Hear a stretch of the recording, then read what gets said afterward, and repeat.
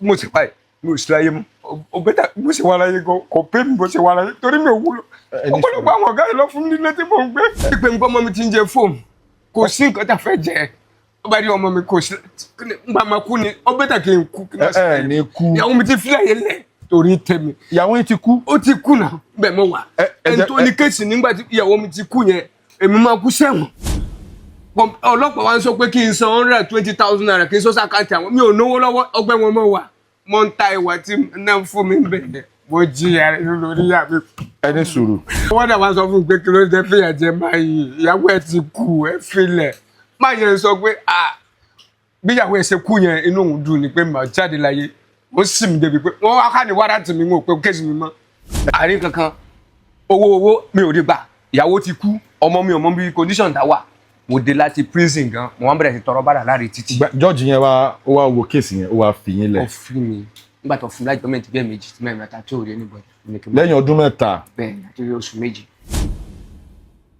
ẹ káàbọ̀ sí orí ètò Unscripted with Jeff Owolewa. This man is another victim of injustice in our society, but I want us to relax and hear his story. Bàbá ẹ káàbọ̀ sí orí ètò ẹ dárúkọ yín fáwọn aráàlú. Èmi Sodiq Ayépégbà mi ò sọ ọmọlẹ́yìn ṣùgbọ́n mọ́mì mi ọmọlẹ́yìn náà ni so ìgbà mo dé sílẹ̀ mi àti mọ́mì àjọ wà ní. ẹ sọ̀rọ̀ sókè sá. mo wá ń ṣe lébra mo máa ń ṣe. ẹ máa ń gé oko. bẹ́ẹ̀ ni tẹ bá máa fi làwọn tẹ bá ní iṣẹ́ rẹ fún mi nìkan àjọ ń ṣiṣẹ́ yẹn títí mọ́mì wa ní kí n fẹ́ yàwó. mo á rí ẹnìkan nínú oko náà mo ti pàdé ọwọ́ abẹ́rẹ́ lọ́wọ́ mi pé iṣẹ́ wo ni mo ń ṣe mo ní mo máa ń báyàn ṣiṣẹ́ máa ń ṣe security lọ́wọ́ ní tó ṣẹlẹ̀ ni pé òun máa ń ra ọ̀gẹ̀dẹ̀ òun máa ń ra rice pé bẹ́ẹ̀ máa fẹ́ ra ọ̀mí ní kò sí wàhálà mo dé sọ condition mi fún wọn ní kò sí wàhálà pàjọ wájú ọmọ Yorùbá ó wá ṣẹlẹ̀ nípa wá sọ mi pé iṣẹ́ tí mo ṣe yẹn pé máa filẹ̀ pé tí máa rí owó káwọn máa ta rice àtẹwà pé kájọ máa manage iṣẹ́ yẹn àná kò sí wàhálà owó tí mo wá rí máa support owó tó wà lọ́wọ́ máa bẹ̀rẹ̀ sí ta àwọn ọjà pẹ́pẹ́pẹ́ rice ẹ̀wọ̀n àkọ́kọ́ báyìí àti freezer ó wá tó 10 minutes ó wá ní kí a máa ra machine pé ká máa fi tí máa fẹ́ lọ bìtọ̀ kájọ máa lọ ra ọjà ní oko sóko wá dá nígbà tó yá wà ń síkì ní wà mọ́tò fa sickness yẹn ó dédé máa gbẹ ìgbà mi ò funfun wà á pé condition lélẹ̀ àwa lọ sí general àti kinní kan àyà fọ́tò àṣàǹgbowó wà tó stage kan sickness yẹn dàbí pé nǹkan mi ti wọ̀ ọ́ láìpọ̀ náà àti ta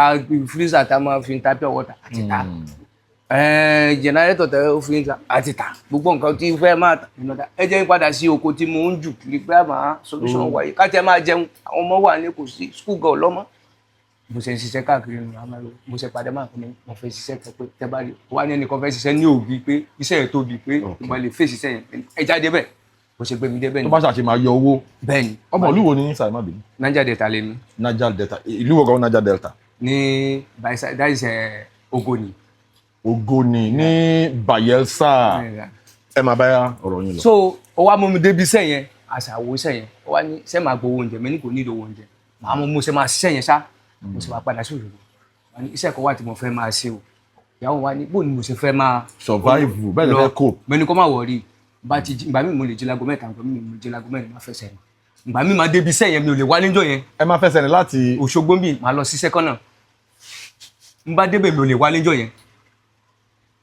Òṣogbo sí sẹ́kọ́nà yẹn ṣebí òun ló tó láti bí Yàrá-Pájà dé tí dé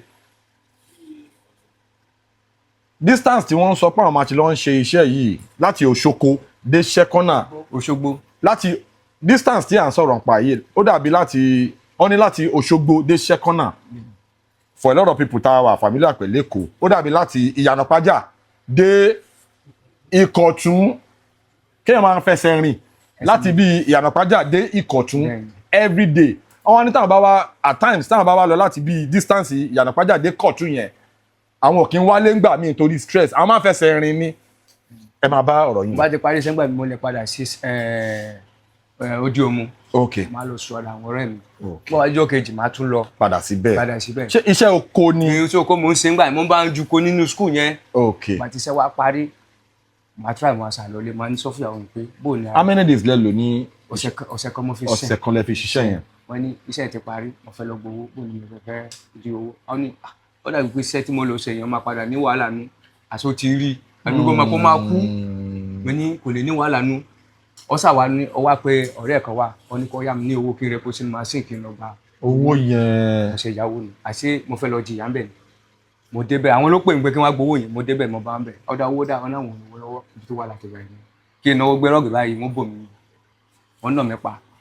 lẹ́yìn ìgbà tẹ́ ti ṣiṣẹ́ oko yẹn tán mo ti parí ẹ̀ clear gbogbo ẹ̀ bẹ́ẹ̀ ni ọ̀sẹ̀ kan tẹ́ ẹ fẹsẹ̀ rìn láti bí distance láti Òṣogbo lọ sí iṣẹ́ kọ́nà yẹn lọ́sẹ̀ kan bẹ́ẹ̀ ni sà ẹ wá fẹ́ lọ gba owó iṣẹ́ yẹn wọ́n fẹ́ fún yín lówó iṣẹ́ yẹn.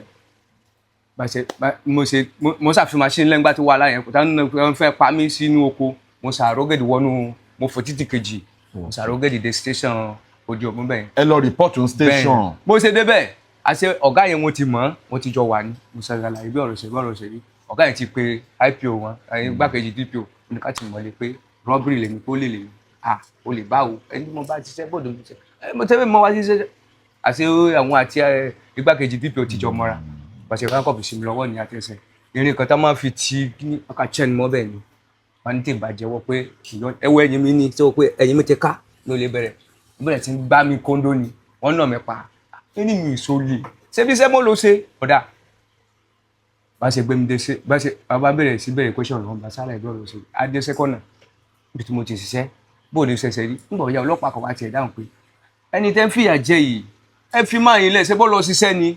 ọ̀dẹ̀ fún lówó ẹ tún wá fìyà jẹ. ẹ̀dẹ̀ fìyà jẹ máa yẹn wá ní robbery lèmi pé ọmọ pé sẹ́kọ̀nà yẹn pé a máa ń blọ́ọ̀kù títì ní pé mo lè di síìmù wá síbẹ̀ ní ọlọ́pàá kan wá bèrè lọ́wọ́ ìpèsè ṣebí máa yín bá yín ṣiṣẹ́ òní bẹ́ẹ̀ ni kí ló dé tẹ́ sọ pé robbery ni onítọ̀ bá fìyà jẹ oní kò lè kẹ́kọ̀ọ́ oní kíní kan ọlọ́pàá kan wá dìde orí tèmi náà pé ó ní máa yí ìṣẹ́yìn rere ó ní bó ṣe máa ṣe fáwọn èèyàn ó ní ta ló tì mí lọ síbẹ̀ kí n bá máa mo ní mi ò mọ̀ mo ní condition ló jẹ́ kí n bá máa ṣiṣẹ́ mo ní ipò tíyàwó mi wà mo ní kò dáa. ìyàwó yín dẹ̀ ti wọ̀n yín pé ẹ má gbàṣẹ́ yẹn. mo sì wá bẹ́ẹ̀ complete 2 years 2 days 2 weeks mi ò jẹun mi ò mẹ́nìtì. ẹ wá police station custody. ìyá dẹ̀ jẹ́ bí débi pé wọ́n wá rọ ra pure water DPO ló fowó lẹ́ẹ̀dí kára búrẹ́dì fún mi àti pure water. 2 weeks. mo wà ń bẹ̀ yẹn. ẹ wá police station yẹn. mo wà láti mọ̀lẹ́ family mi ò mọ̀ létí ìyàwó mi mo wà bẹ̀ yẹn gbà tẹ́ ni pé wọ́n gbé mi lẹ́kọ̀ọ́ kọjú sí lọ́yà kọ̀ wá rí mi ó ní kí ló. láti station yẹn wọ́n gbé yín lọ. olúwa mi mi sórí mo ti pẹ̀lú tó bá sí pọ̀ ọ̀rẹ́ ìyàwó mi mo ní màá mo sì báyìí mi ò sí láyé mu o bẹ́tà mo ṣe wà láyé gan kò pé mi bó ṣe wà láyé torí mi ò wúlò ọ̀pọ̀lọpọ̀ àwọn ọ̀gá yìí lọ fún nílé tí mò ń gbé. ẹni sùúrù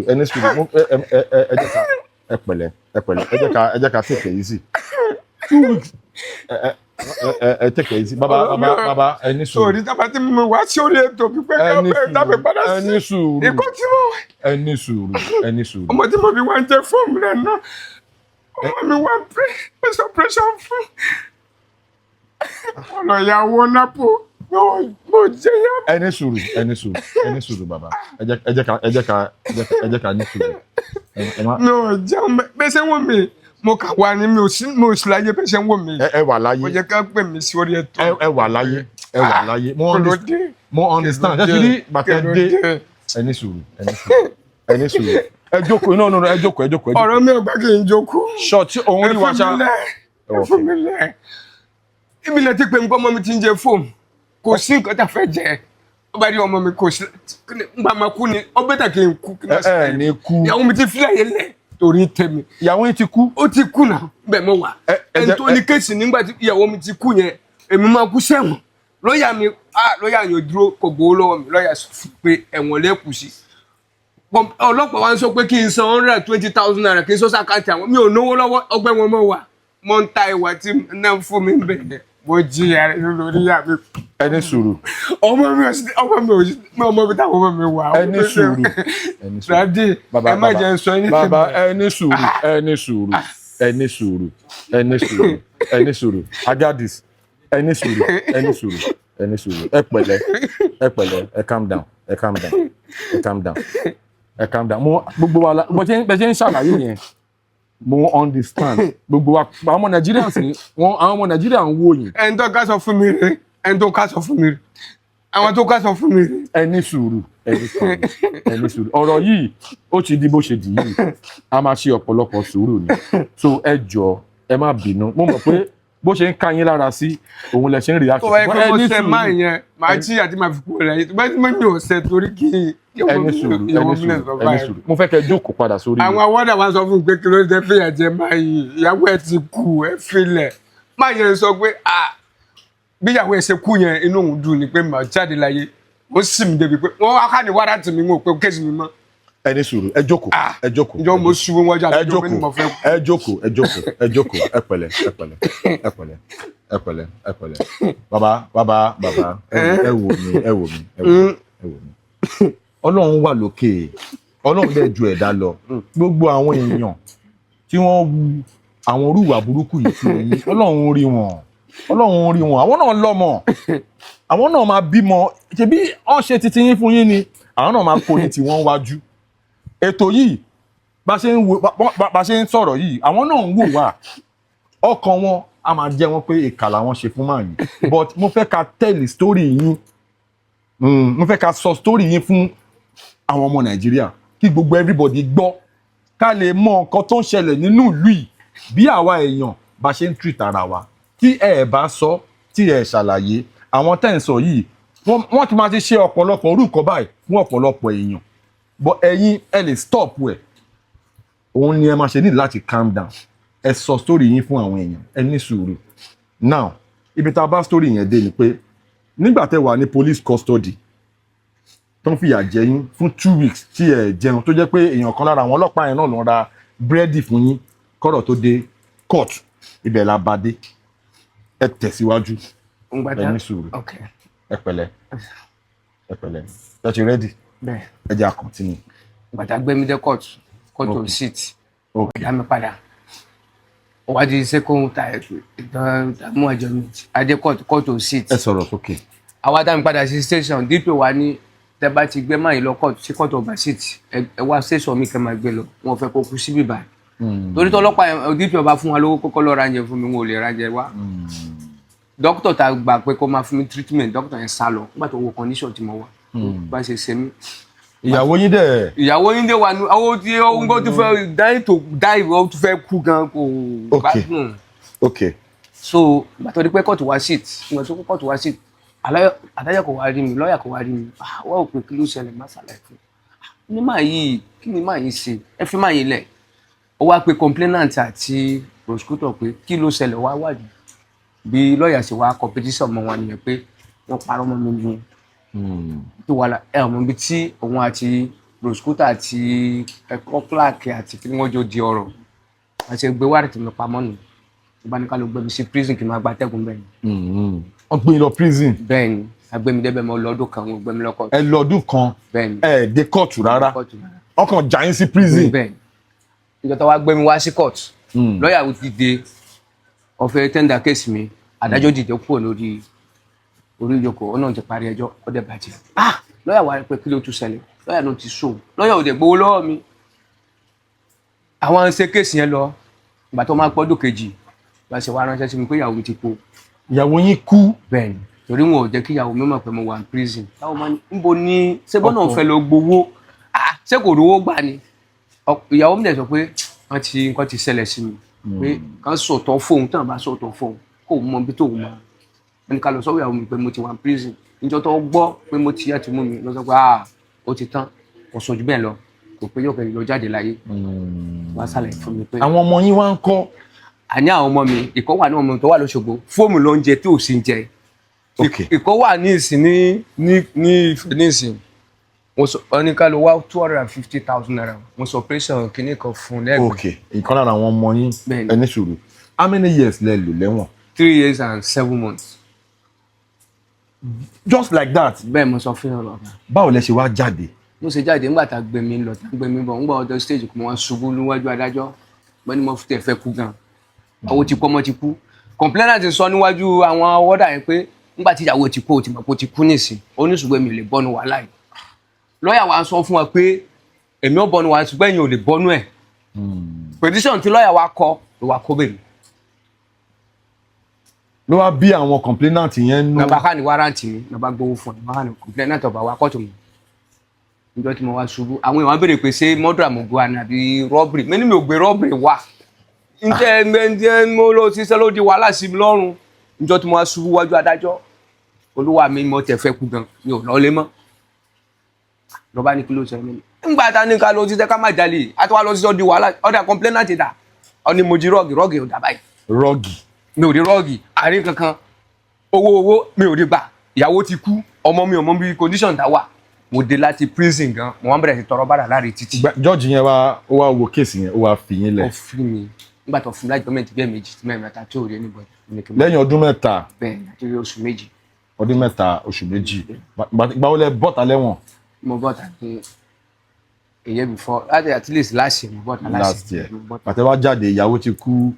kò sí nǹkan kan mọ́. àwọn ọmọ yín tó wá kú nǹkan. kó tó di pé mo bẹ̀rẹ̀ sí bẹ̀rẹ̀ ọmọ mo bẹ̀rẹ̀ sí tọrọ owó títì. ẹ ń tọrọ káàkiri. báárà mo ń tọrọ àwa ní máa nǹkan tá a máa ń pè ní surprise. ó wá ní kí ló ṣẹlẹ̀ bá ṣàlàyé fún un ó ní sẹ́ màá ṣiṣẹ́ security. ní tí bá dì máa ṣe lọ́ọ̀yà wọn á pè mí pé tí n bá fẹ́ ṣe òkè níbo ni mo fẹ́ dé sí kò sí ní mo fẹ́ dé sí mọ́ ilé tí ìyàwó mi gbé ńgbà mo débẹ̀ àti ìyàwó ti kú kò sẹ́rù kò sẹ́ni tì mọ́.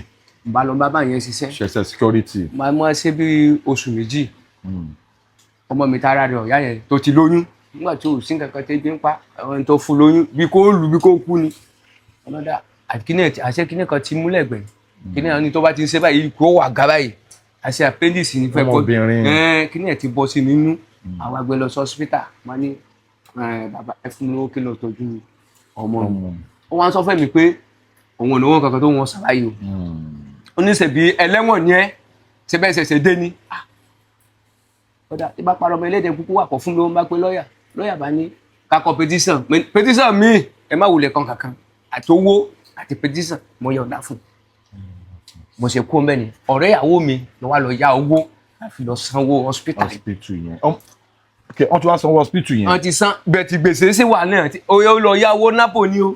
owó yẹn ti wá máa accumulate sí. so tábà wá ọ̀rẹ́ ìyàwó mi náà wá ń lé kiri làwọn tó yáwó lọ́wọ́ ẹ̀ wá ń lé kiri. kan yáwó ní owó kẹta máa ń pè ní owó lórí. ó ti yé mi. àwọn wá ń lé kiri.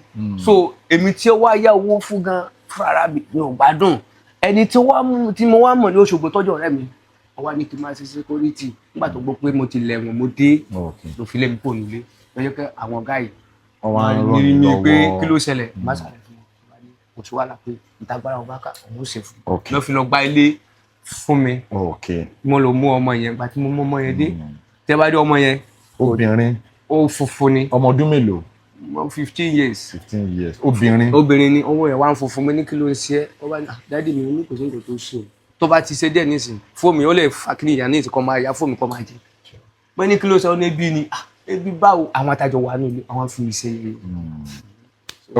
ok ẹ jẹ́ ká ní sùúrù kí lẹ fẹ́ gangan ẹ ní sùúrù n fẹ́ kẹ́ ẹ farabalẹ̀ ẹ sọ fún àwọn ọmọ Nàìjíríà kí lẹ fẹ́ gangan ẹ bá wọn sọ̀rọ̀ àwọn èèyàn ń gbọ́ yín wọ́n ń wò yín. màsíìnì mi wà ń kọ́ tó wọ́n tún sùn màsíìnì ìyàwó tó ìwé wà lọ́wọ́ ẹ̀ àrí ìwé màsíìnì gbé fún mi ó wà bẹ́ẹ̀ dé sí. kí lẹ fẹ́ káwọn ọmọ Nàìjíríà ṣe fún yín. tí mo bóyá. tẹ́lẹ̀ máa fi sustain ara yín. nísìnyí mi ò kọ́ṣẹ́ ju iṣẹ́ ráìsì yẹn àti tèmi àti ìyàwó mi ń tà. ok.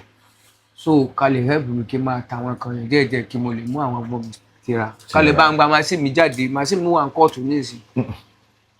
ọ̀rọ̀ kóòtù àti machine yẹn ẹ kọ́kọ́ fi yẹn sí ẹ̀gbẹ́ kan. nǹkan tẹ́ fẹ́ káwọn ọmọ Nàìjíríà ṣe fún yín tẹ́lẹ̀ máa fi sustain ara yín ìyẹn ló wà important kẹ́lẹ̀ gbalé kẹ́lẹ̀ máa ọmọ yín sọ́dọ̀ kẹ́lẹ̀ tọ́jú ara yín tọ́jú àwọn ọmọ yín ẹ sọ fún wọn. rẹ́ẹ̀bù tí mo ní lọ́wọ́ ni pé ká tiẹ̀ fún lọ́wọ́ kí n máa ta ráìsì àtẹ̀wà kí n kó àwọn ọmọ mi sọ́dọ̀ ká. kẹ́lẹ̀ máa sustain ara yín ẹ sọ account details yín fún àwọn èèyàn. ẹ̀yin tí wà nílé this is another victim of our system.